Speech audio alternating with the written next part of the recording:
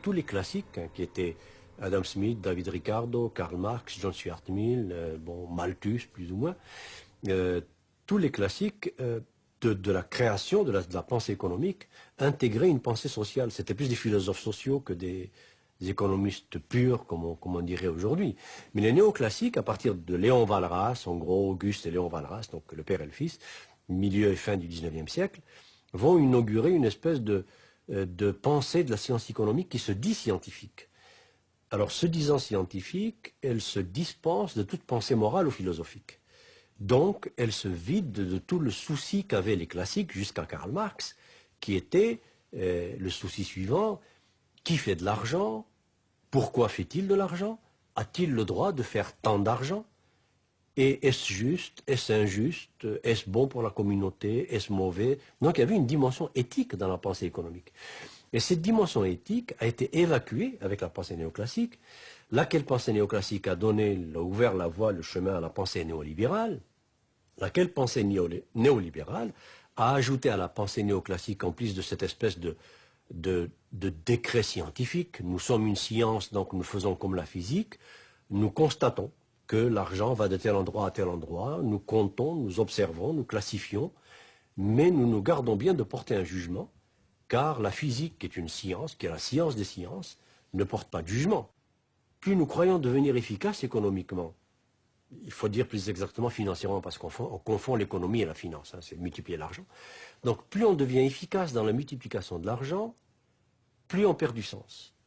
Alors, est-ce que ça a du sens, par exemple, de dire que General Motors, je prends juste cet exemple, est efficace, parce qu'ils ont fait 23, 24 milliards de dollars de profit net dans la dernière décennie, mais en même temps, ils ont fait 300 000 chômeurs.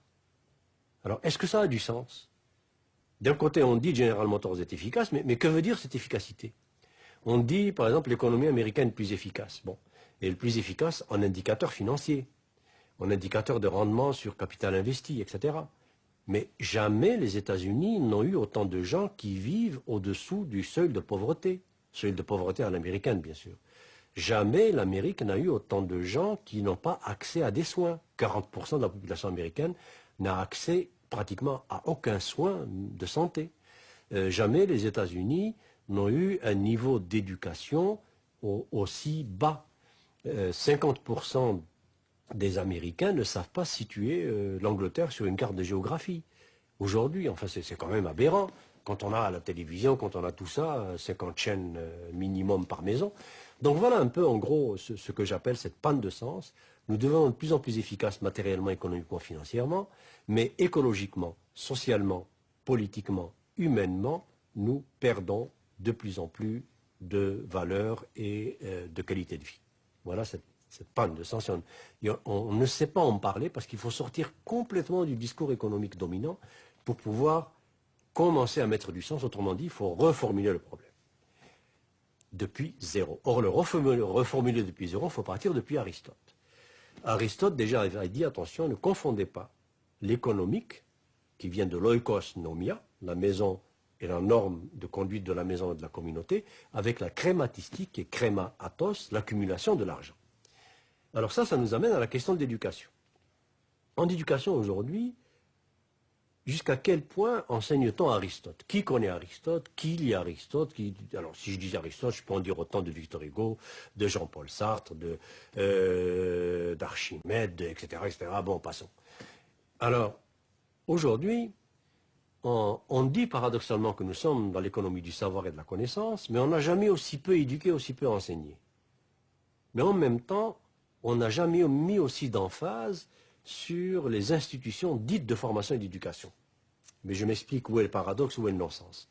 Le paradoxe et le non-sens sont dans le fait que, à peu près partout dans le monde, et particulièrement en Amérique du Nord, on est en train de transformer l'institution d'éducation en institution de reproduction de serviteurs du système. Autrement dit, d'espèces de bipèdes pensants qui n'ont pas d'autres soucis, qui ne doivent plus avoir d'autres soucis que de maintenir ce marché libre et autorégulé et de maintenir cette mécanique à production et multiplication de l'argent. C'est ce qu'on appelle l'employabilité, c'est ce qu'on appelle former des employables, c'est ce qu'on appelle réformer l'éducation depuis le primaire jusqu'à l'universitaire pour former des gens qui trouvent leur place sur le marché du travail. Or ça, c'est horrible. Est-ce qu'aujourd'hui, un Victor Hugo serait employable? Est-ce qu'aujourd'hui, un Socrate serait employable? Est-ce qu'aujourd'hui, un Paul Verlaine, un Rimbaud serait employable? Non. Donc, il n'y en aurait pas. Mais que serait l'humanité sans Socrate, sans Aristote, sans Rimbaud, sans Verlaine, sans Victor Hugo? Que serait l'humanité sans ces gens-là? Nous serions des animaux. Alors aujourd'hui, sous prétexte que ce n'est pas employable, que le marché n'en veut pas, eh bien, on ne forme plus de poètes, on ne forme plus de gens de littérature, on ne forme plus de gens de mathématiques pures, on ne forme plus de gens de physique théorique, on ne forme que ce que l'industrie, l'entreprise financière veut pour alimenter la machine à multiplier l'argent. Alors qu'est-ce que c'est ces employables? Ce sont ceux que je vois moi-même dans les universités dans lesquelles j'enseigne, à travers le monde, c'est-à-dire qu'au niveau le plus élevé, deuxième, troisième cycle, maîtrise, doctorat, c'est ce que j'appelle les technocrates, c'est-à-dire des gens des technocrates analysants, qui sont formés à analyser des problèmes, problem solving, et on leur fait croire qu'ils sont intelligents parce qu'ils font du problem solving. Alors que l'intelligence, ce n'est pas le problem solving. L'intelligence, c'est la formulation des problèmes. Celui qui est intelligent, c'est celui qui formule le problème, qui le met en énoncé, qui le met en termes de liens et de combinaisons, qui appelle une question. C'est celui-là qui est intelligent. Celui qui se penche sur un problème déjà formulé pour trouver l'équation ou la formule qui donne la solution, ce n'est pas lui qui est intelligent. Or, c'est ça qu'on nous fait croire. Donc, des technocrates analysants, c'est des gens qui maîtrisent des techniques d'analyse et de calcul et qui confondent penser, réfléchir avec analyser et calculer. Et ils prennent des décisions sans état d'âme, du genre licencier 60 000 personnes en un jour, doubler son salaire de millions de salaires et dire je souffre en plus. Je prends des décisions difficiles. Mais ça, c'est des non-humains. Quelqu'un qui prend des décisions sans état d'âme et qui le dit, c'était quelqu'un qui est en train de dire je ne suis pas un être humain. Alors de quel droit le laissons-nous prendre des décisions qui touchent à des êtres humains? Puisque lui dit je n'ai pas d'état d'âme, donc je n'ai pas d'âme, donc je ne suis pas un être humain. Alors, voilà les technocrates que nous formons au haut niveau. Au niveau intermédiaire, c'est ce que j'appelle les techniciens producteurs. Ces techniciens producteurs, c'est des serviteurs de machines, des servants de machines, depuis l'ordinateur jusqu'à la machine numérique qui débite des pièces de plastique ou d'acier ou d'aluminium. Eh bien, ces gens-là sont là pour faire en sorte que cette mécanique automatisée de production ne tombe jamais en panne. Et tout ce qu'on leur demande comme connaissance, c'est la logique de la machine ou de la série de machines dont ils ont la garde. C'est tout. Et encore plus, on leur demande simplement d'être capable de comprendre ce que la machine demande. Alors ce n'est même plus eux qui dominent la machine ou qui ont une espèce de supériorité humaine, de supplément d'âme ou de connaissance ou de sens par rapport à la machine. C'est l'inverse, c'est la machine qui dit si tu es assez intelligent, voilà où la puce qui cloche, voilà l'endroit où il faut changer la carte, voilà, etc. Et puis s'il n'est pas assez rapide pour faire ça, il n'est pas bon. Alors, et au niveau inférieur, qu'est-ce qu'on forme? Ben, on ne forme plus. 45% de la main-d'œuvre des multinationales américaines en particulier sont analphabètes totaux. Et les multinationales ne veulent pas changer ça. Elles ne veulent pas qu'on leur forme le moindrement ces gens analphabètes, parce que s'ils ne sont plus analphabètes, ils vont se mettre à poser des questions. S'ils se mettent à lire des journaux, des analyses finales, ils vont se mettre à poser des questions.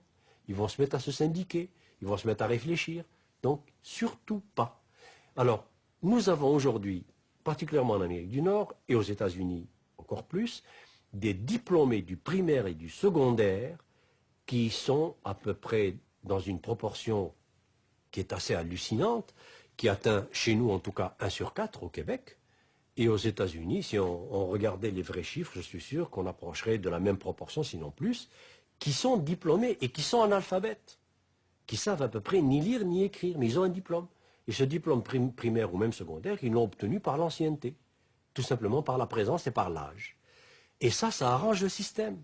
Parce que quand vous avez des opérateurs à la base qui sont des bipèdes quasi décérébrés, c'est-à-dire à qui on n'a même pas appris à penser, parce que pour apprendre à penser, il faut apprendre à lire. Et il faut lire. Si je veux apprendre à penser, il faut que je lise Victor Hugo. Il faut que je lise des poèmes, il faut que je lise des philosophes, il faut que je lise, c'est ça qui m'apprend à penser, des écrivains. Je ne peux pas penser sans me mettre des mots et des façons de manipuler ces mots dans ma tête. Alors si je n'ai pas ça, je ne peux pas penser. Donc, je peux devenir un excellent reproducteur du système qui ne pense pas et qui défend le système. Alors vous avez maintenant des ouvriers qui disent, et ça m'est arrivé, quand je vais dans des situations graves où il y a des fermetures, des mises à pied, etc., et puis je pose la question à des ouvriers, mais qu'est-ce que vous en pensez? Très souvent, ils me disent, ben, c'est la loi du marché, c'est la compétitivité, il faut qu'on soit plus compétitif que les Japonais, sinon ils deviennent les défenseurs du système qui est en train de les broyer.